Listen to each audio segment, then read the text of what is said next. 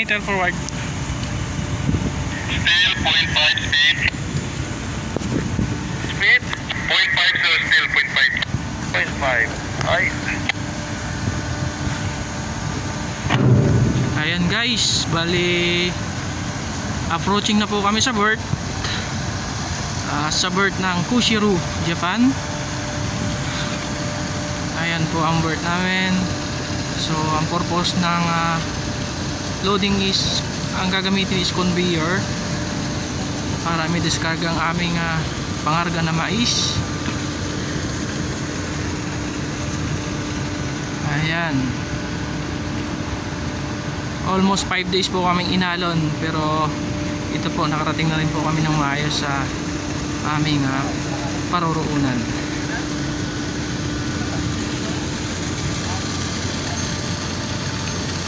Almost 10 days siya na ididiskarga.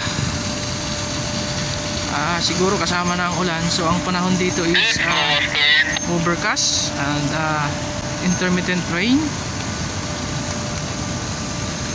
0.5 speed. 0.5. Ay.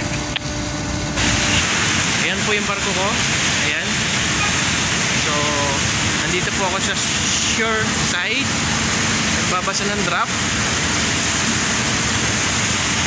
Yan po kasi yung routine ko na work everyday na kailangan nagbabasa ng drop mark para malaman kung yung dinidiskarga ay tama or nagtatali doon sa shore scale ng pantalan.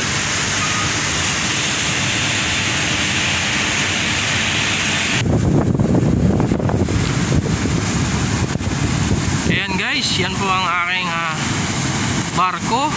Nandito na po kami ngayon sa Japan, Kushiru, Japan.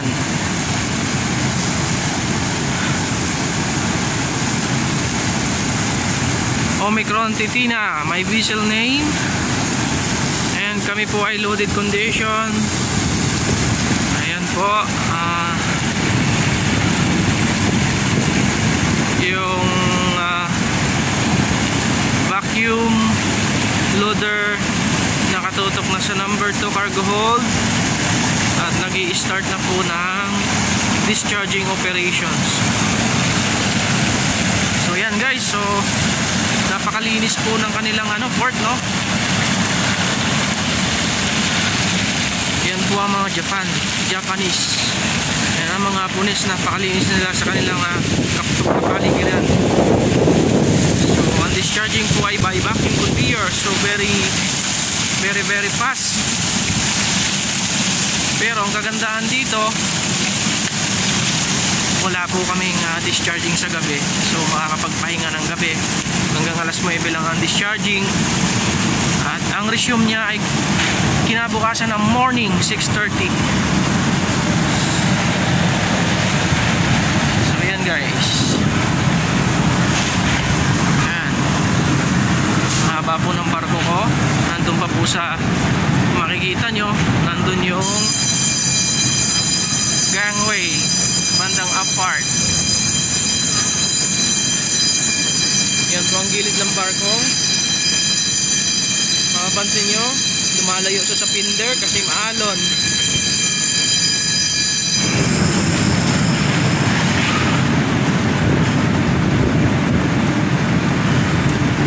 Yan mga kasyukoy, sa mga future seaman na magsiziman kagaya ko, meron na kang idea o kung paano ang buhay ng isang syokay na marino.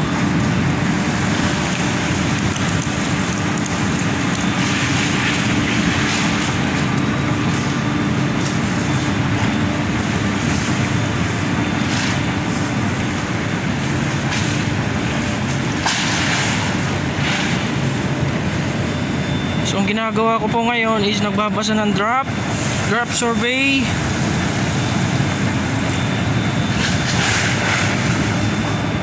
So babasahin ko kung ilan ang drop reading ko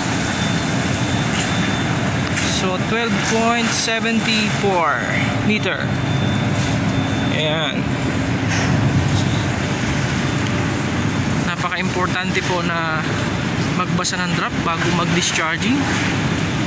Yan po ang aming basihan kung ito po ay tama ang dinidiskarga na kargamento.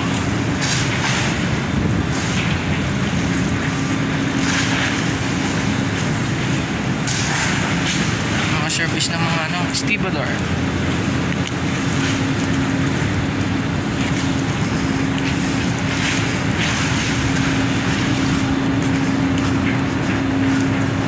The length of my vessel is 218 meter.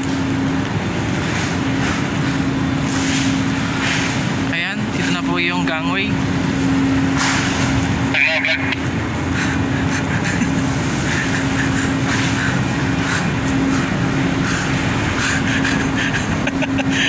Third mate ko.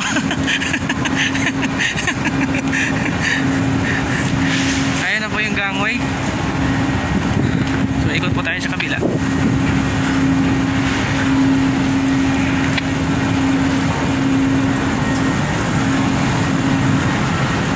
Ito po yung up part ng barko.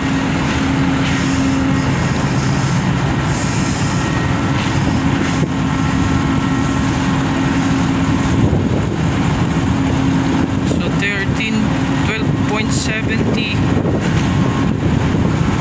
meter ang reading ko sa pupa or up part ng barko.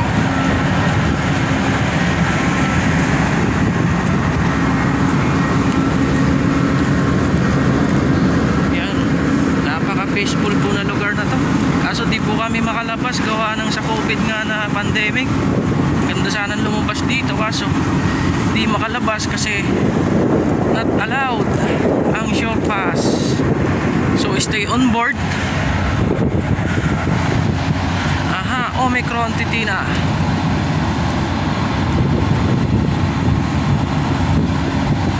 Ayan po.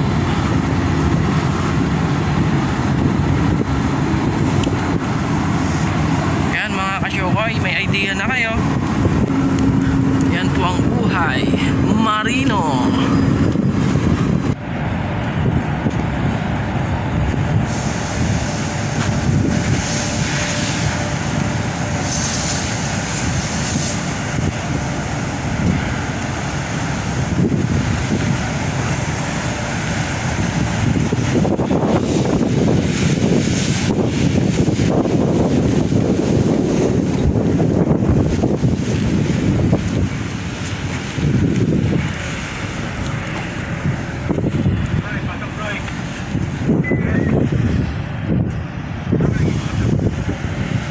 Yan po ang pangarga namin, mais.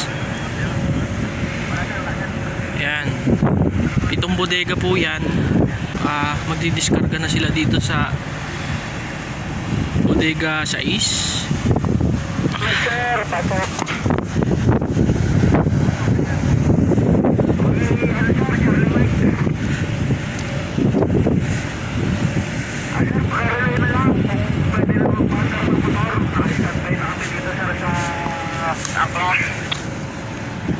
Pwede na diyan.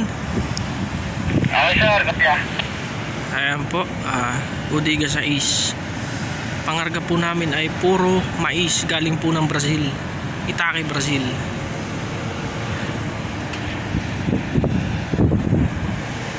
Ayan po ang kanilang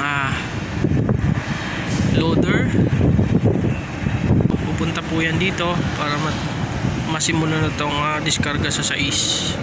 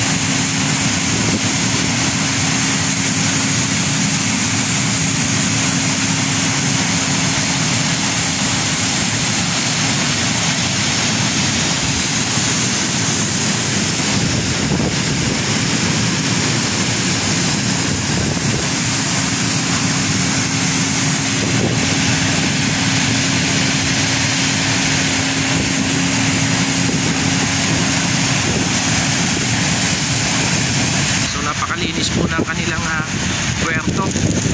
At saka ang kanilang tubig ay malinis din po, ano.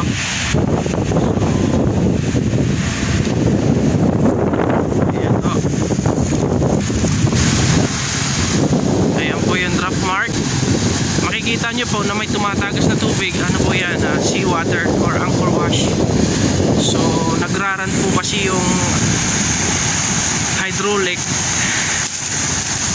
Yan po yung cooling ng hydraulic para hindi mag-overheat. So makikita nyo po na may number sa gilid ng barko. Yan po yung binabasa ko. Ayan. Ayan mga kaway tubers. So nakita nyo na po ang Japan, ano. Pero dito lang po sa port. Pero yung pinaka-city nila, hindi po kami makalabas gawa ng pandemic, no. So tsaga-tsaga lang muna po kami hanggat may pandemic pa. Balik na ako sa gangway.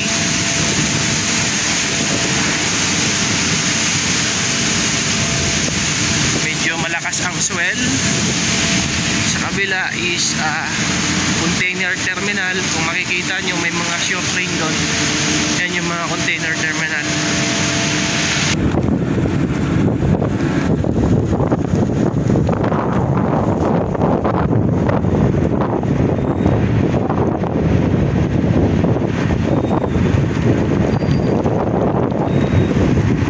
Mga kaway tubers, makikita nyo po sa kabila, doon po yung terminal ng container.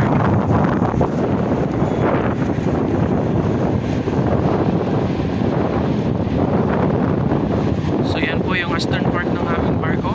So yan, almost lutang na po kami kasi marami na pong nadiskarga.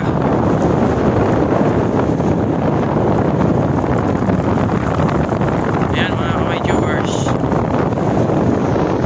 yun naman po yung drop mark, drop marks. Balik na ako sa taas kasi meron po kayong mga bisita ngayon. Okay. Ayan mga kaway tubers, nakaalis na po kami. Punta po kami ngayon ng Canada.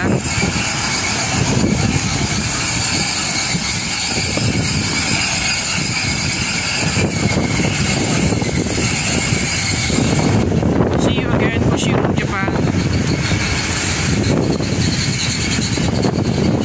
Nakaalis na kami mga kaway tubers. So pupunta po kami ng Canada ngayon.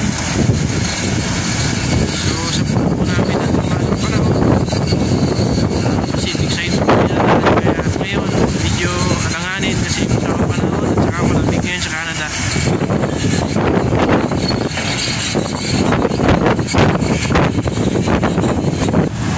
Ayan, hinihila po kami ng ng 2 tags, 1 tags forward and 1 tags up.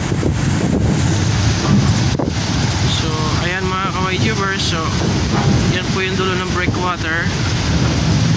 Palabas na po kami and we have 2 pilots. So pupunta po kami ngayon ng Canada mga kaway tubers, Vancouver, Canada. So medyo maalon kasi per month ngayon. Sana makarating po kami ng maayos sa aming paroroonan. At kung bago lang po kayo sa aking channel mga kaway tubers, please subscribe and watch all my videos. Pakipindot na rin po ang notification bell para updated po kayo sa mga i-upload po bagong videos. Salamat po and God bless all. Bye bye Japan. Push